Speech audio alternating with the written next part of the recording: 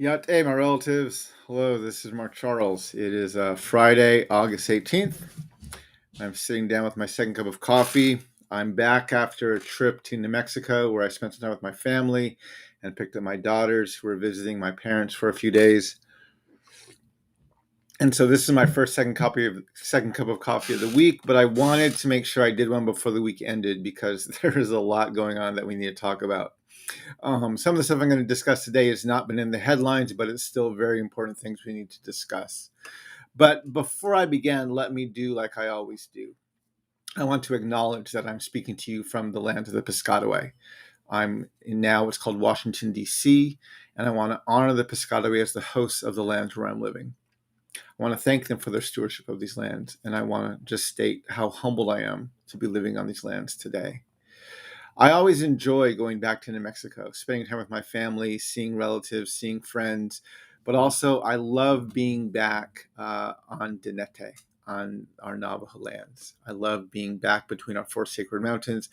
I love the expansiveness of the sky. I love the stillness of the air. I love the quiet that exists. I love the stars that you can see in the sky.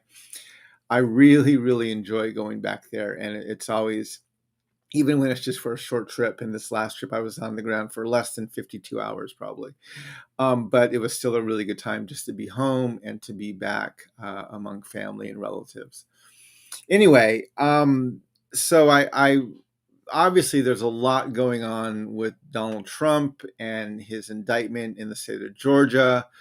There's a lot going on with the campaigns and the Republican debate that's coming up. Also with the horrific fires going on in Maui, or that happened in Maui, and the massive devastation of the loss of life there.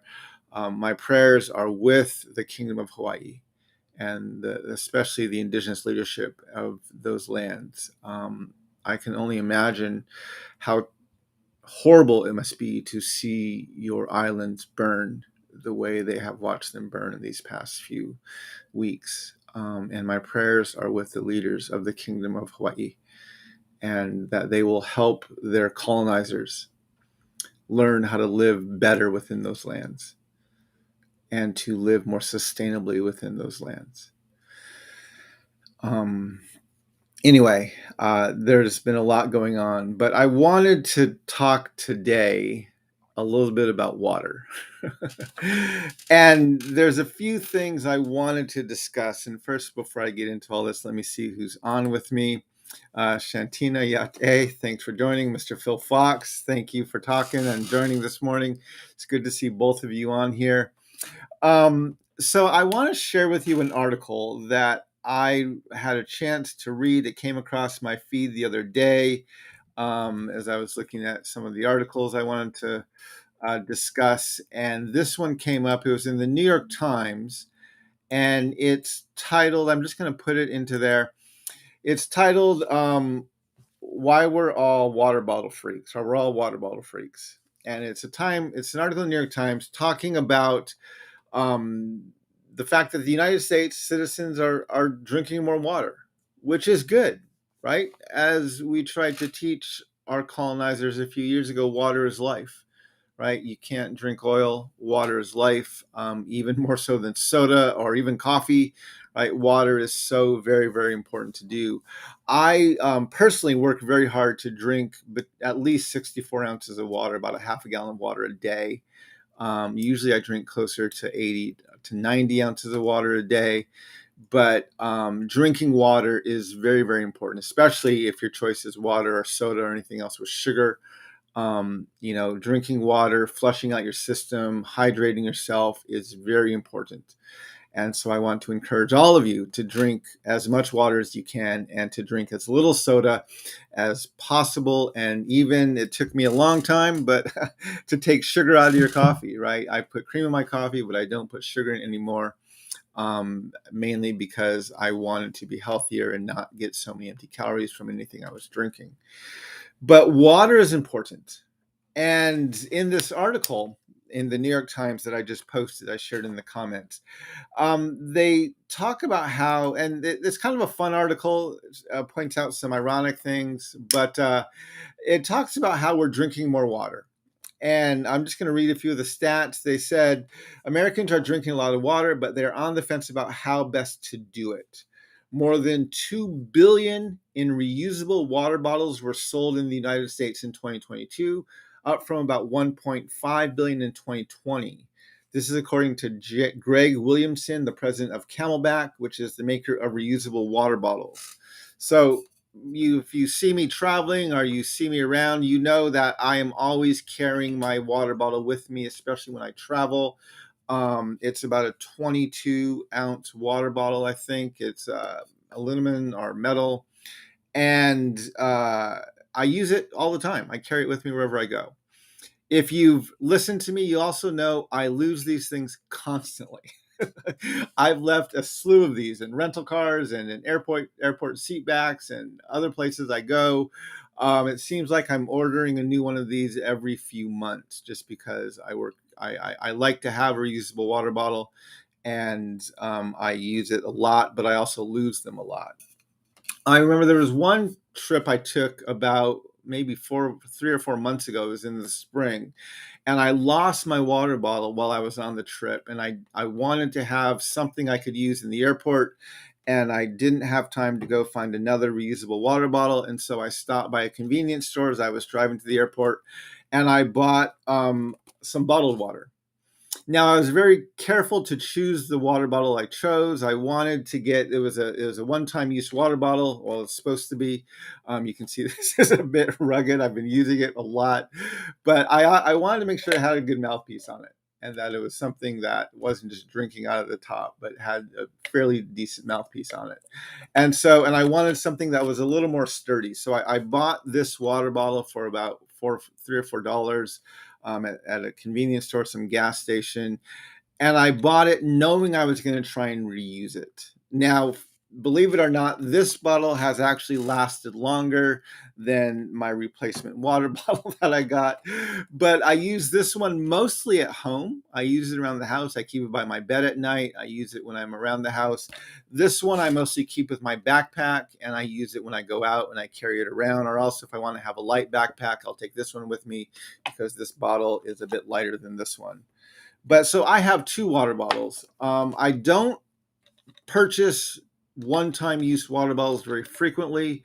I try to avoid them whenever I can, but when I do buy them, I try to make sure I buy something that I can keep using.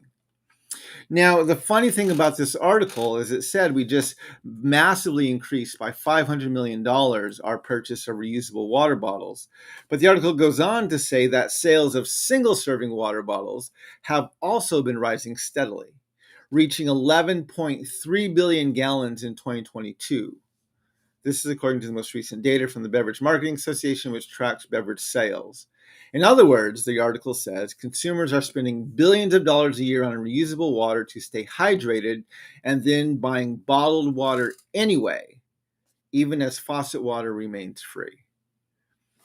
And so it's saying, yeah, we have these, but many, many people buy these in mass quantities and use them even on a daily, sometimes even an hourly basis. And not only is that bad for the environment, it's just causing a lot of waste and pollution and filling up our oceans with plastics and everything else. And so the article was trying to point out the irony or the disparity in our buying habits, where yes, we buy the reusable water bottle, but then we buy the one-time use plastics over and over and over again. And I wanted to just take this time to encourage you, whenever you can, to avoid buying those single serving, the one-time use plastic water bottles, to have a reusable water bottle that you carry with you. Hopefully you won't lose it as much as I do, and to use that for most of your hydrating needs. This is as environmental issues are coming more and more to the forefront, right? The whole waste that comes from plastic bottles. And if you do buy a plastic bottle, buy one that you can use over and over again, so you're not buying them constantly and not reusing them or recycling them at least. So I just wanted to start this episode of My Second Cup of Coffee by encouraging you to do that. And I said the article in the New York Times pointed out some funny things. And one of the things they said at the very end is they interviewed some guy who was like, why don't you just drink out of the faucet? They pointed out how there was this one guy who would go to hotels and he would fill his water bottle with ice from the ice machine, but he wouldn't take water from the faucet or from the tap in the hotel. And just pointing out how ironic that was, right? We trust the ice maker, but we don't trust the faucet. And the article ended by this guy saying, why don't you just drink from the hose, right? And of course, it's Gen X. It's my generation who said, yeah, we grew up going into people's yards and drinking from their garden hose that was in their front lawns. And that's how we hydrated ourselves when we were outside playing in the evenings after school until the streetlights came on. So anyway, I thought it was kind of a funny little quip there they had. But yeah, I want to encourage people to make sure you're staying hydrated. Drink as much water as you can, not to overdo it. I read an article the other day about someone who actually you can actually become very sick from drinking too much water. So you should drink water, not gulping a lot of water at one time, but allowing your body time to process the water, and don't overfill yourself with too much water at any single time. But anyway, make sure you stay well hydrated, avoid sodas, drink more water. Now, the article I wanted to talk about more in depth, and I want to remind you of a discussion we had just a few weeks ago regarding this dam removal project that was taking place in Oregon and Washington. And I'm going to put the article to that in the chat here. If you want to take a look at that, it's the largest dam removal project, and it's the removal of the Klamath dams, and restoring, allowing the native nations of those areas to bring that land back to health. And obviously, this is a very important thing that we need to do. But so let me post this article here. There's the AP article, and I want to bring that up because there was a report that came out. And this was just this past month. This was a few weeks ago, earlier in August. And I first learned about the report from a news site called The Hill, which does political reporting, mostly it's political reporting in the U.S. Capitol. And they posted this article titled, "More than 1 million acres of U.S. tribal lands are submerged by dams, according to a recent study." And the report in the article was mostly from the abstract of the report, but I just want to read some of these stats to you. The construction of dams in the U.S. has resulted in the flooding of a Rhode Island-sized swath of tribal lands, a new study found. Ever since European settlers arrived some 500 years ago, tribal nations have endured land dispossession, including the establishment of federal reservations, the removal of tribes to Indian Territory, or modern-day Oklahoma. This is noted by the researchers. To gain a clearer picture of just how much dam-driven loss has occurred, the authors considered geospatial data from federal Indian reservations and from the Oklahoma tribal statistical areas in the U.S. Census, which delineated regions that formerly had reservations in Oklahoma. After looking at these two data sets together and overlaying them with the locations of about almost 8,000, 7.9 thousand dams in the U.S., they estimated that 139 dams have submerged more than 600,000 acres of land on 56 federal reservations. And then there was an additional 287 dams that inundated more than 511 acres of land in 19 Oklahoma tribal statistical areas. Taken together, the total flooding likely amounts to an area larger than the Great Smoky Mountain National Park, the Grand Teton National Park, and Rocky Mountain National Park combined. So that article obviously caught my attention. and I went to find the study that was actually was released. I'm going to put the abstract and the main site for that study here, and then I'm going to also link a link to the PDF of the study. So the study was titled "Dams and Tribal Land Loss in the United States." And right, what was stated in the abstract was fairly clear. They included a map in this in the report, and I want to share this map with you now because it allows you to see some of just the dams that they're talking about. But let me put this onto the screen here. So they said there was 159 dams basically around the country located on reservations. And then you can see the 287 dams that were found primarily in Oklahoma. You can see all of those black dots in the state of Oklahoma. And these are where dams have been placed on tribal lands and flooding more than 500,000 acres of tribal lands. And it points out that throughout the history of this country, the government has been working to dispossess Native nations of our lands. I want to read to you exactly how extensive that was, because the way this report put it, it kind of blew my mind. It said, and I'm just going to read this from the report, as a result of these various forms of land seizure, reservations, allotment, other things like that, removal, 42% of the tribes that were historically present in the U.S. no longer maintain any land. And among tribes that do have land today, land holdings average just 2.6% of the tribe's original territory. As of 2019, federal tribal land holdings across the entire U.S. totaled approximately 70 million acres, which amounts to less than 3% of the country's total land area. In the U.S., therefore, settler colonialism has resulted in the near complete taking 97% of indigenous land. Again, these are staggering amounts, right? And it's important to note, even of the lands we hold, reservation lands, these are not our lands. These are federal trust lands held for us by the federal government. So we don't even have land. We don't even have title or sovereignty over the lands we do possess, right? 97% of all tribal holdings of the lands of Turtle Island have now been dispossessed. And one of the methods of dispossessing lands was the building of dams, and that primarily took place from the late 1800s to the mid 1900s, when thousands of dams were built and hundreds of thousands of tribal lands were flooded.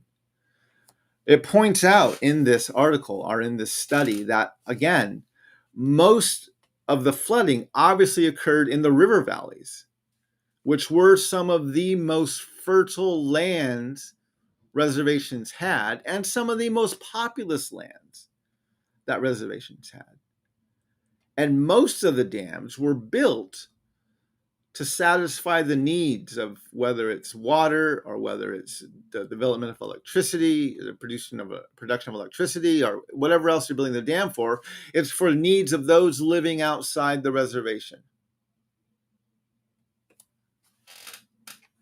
The study proposes several solutions. A, removing the dams, as they're doing in Oregon and Utah with the Klamath Dam removal. For dams that are actually helping tribal nations, we could work on reinforcing or repairing those dams and making sure that they're serving the Native peoples as best they can. And then the third suggestion they made is that why not return control of these dams to the Native nations whose lands they're on. And it said here, and I just want to read this section. This is in the conclusion. It says a larger point about dams is not solely about the physical infrastructure, but the social and political context that produced them. Dams were built on the continent's waterways with little regard for past tribal water practices and knowledge or for reservation land claims. As we have demonstrated throughout this paper, Indian land was not simply dispossessed from tribes in a process of settler colonial expansion, but was also submerged in the re-engineering of the continent's rivers and lakes. At the root of these multiple forms of land and water dispossession was the disempowerment of native people. Although dam removal is not the only solution, it is an important component that should be prioritized in federal policy. A more far-reaching resolution to the issue of existing dams and the future of waterways in the U.S. is to amplify the power of the tribes in the federal system to strengthen tribal sovereignty over their land and water. And I applaud this report, right? I absolutely would agree with that Native nations need to be given control over these structures that were built on their land so they could decide what to best do with it, right? Just as we saw a few weeks ago with the Klamath River Valley, how it's the Native nations that are advocating for the removal of these dams so they can nurse the land back to health, right? Native nations have been using these lands for hundreds, even thousands of years. We have a relationship with the land. We know best how to live sustainably here, and we need to have much greater influence over how these lands and these waterways are used, and not these colonial powers and peoples who have no relationship to the land and see it only as a resource for their financial gain. So I applaud this study. Now, I want to bring this back to a conversation we had just a few weeks ago regarding what's been going on here on my land, my nation, the Navajo Nation, and what's been happening with us regarding our lands. And there's an article I want to share. It was in ProPublica, and let me find it here a minute. It is, I hope I didn't copy it over. Shoot, let me find it really quick. Give me just a second to look this up. There's a great article in ProPublica. It's titled, here it is right here. I'm going to put this into the chat.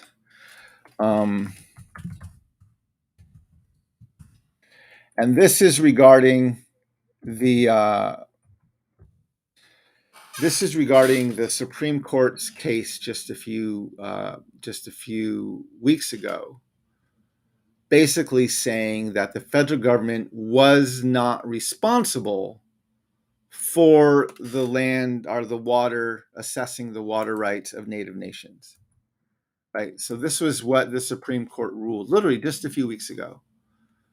And the quote that was given in this article, in the opinion, the majority opinion written by Brett Kavanaugh, said that, let me find the actual quote here so I can read it to you. Justice Kavanaugh said the tribes' treaties do not impose a duty on the United States to take affirmative steps to secure water for the tribe.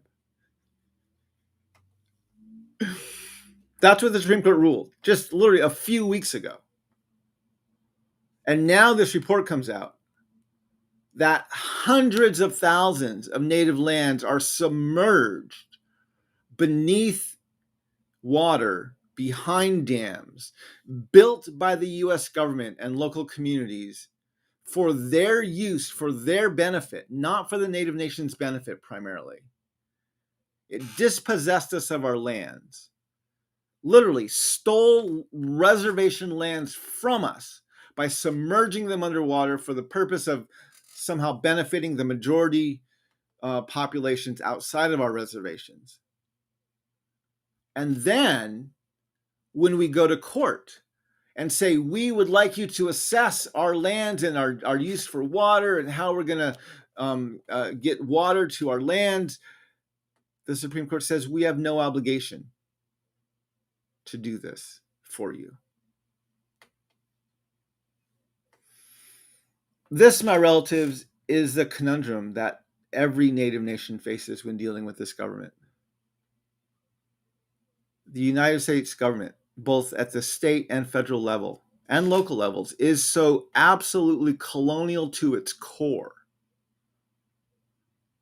that we are given very little agency, even to advocate for our rights, let alone to attain them. And so this whole issue of water and sovereignty and native nations and the dispossession of land, right? All of this is working together. This is why that Supreme Court decision of just a few weeks ago was so important in the Navajo Nation versus the state of Arizona, right? This is why it was so important.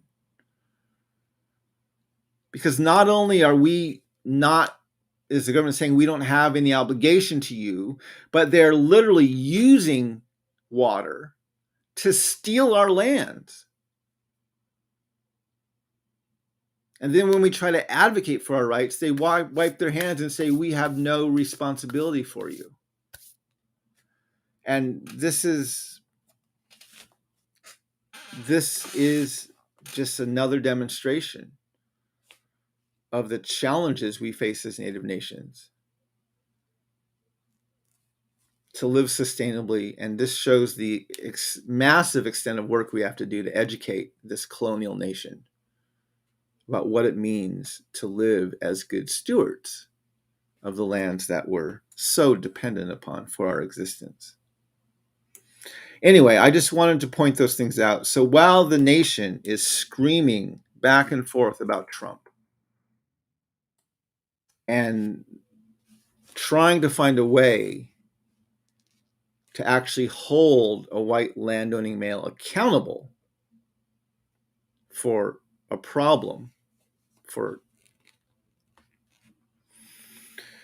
crimes, we also have to realize that same constitution is being used to continue to dispossess natives of the land. So, right, this is the problem with our constitution. It was never written to hold white landowning men accountable. This is why they're moving so slowly, and this is why Trump is going to be able to delay this case for so long, because the document, the justice system of this nation was not written to hold white landowning men accountable. That's not the purpose of the Constitution.